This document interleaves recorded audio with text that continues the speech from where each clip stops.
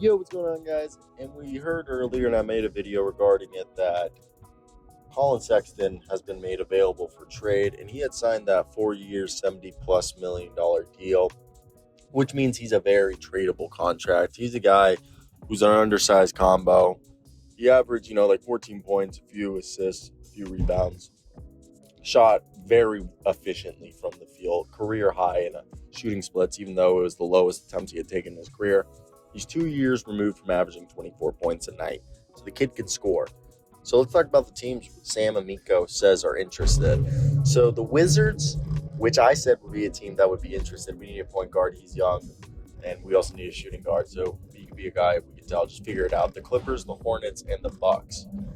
The Bucks is interesting because they could offer a combination of Bobby Portis, Grayson Allen, and either a young guy on the roster if they wanted to the Jazz right there to get the deal done. I think Marjon Beauchamp is off limits. I don't think they're trading him. But definitely a guy like Bobby Portis or Grayson Allen could probably get the deal done. A combination of the sort. One of those guys would have to be included in my mind. For the Hornets, I doubt that they would be able to move Gordon Hayward or Terry Rozier's contract, even if it was like Collin Sexton packaged with like Kelly Olynyk or something. I just don't think that's going to entice the Jazz. But maybe if they entice the Jazz by offering some sort of combination of one of the young prospects they might have given up on. Either that, I don't know what are Hornets fans thinking of JT Thor, Kai Jones, James Bouknight? You have faith in any of those guys? Maybe offer one of those guys packaged with, the Hornets. They have they don't have a bunch of cap space, but they're not cap bound. You wouldn't say this team was a team that.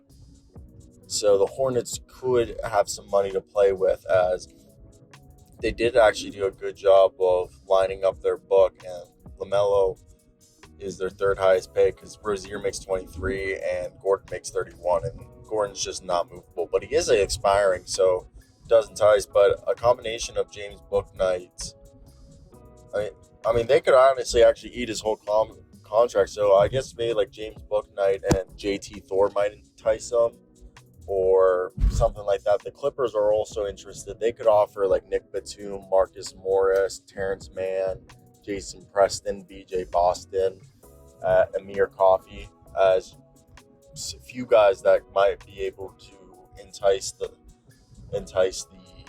Jazz. Out of those teams, who do I think has the best package?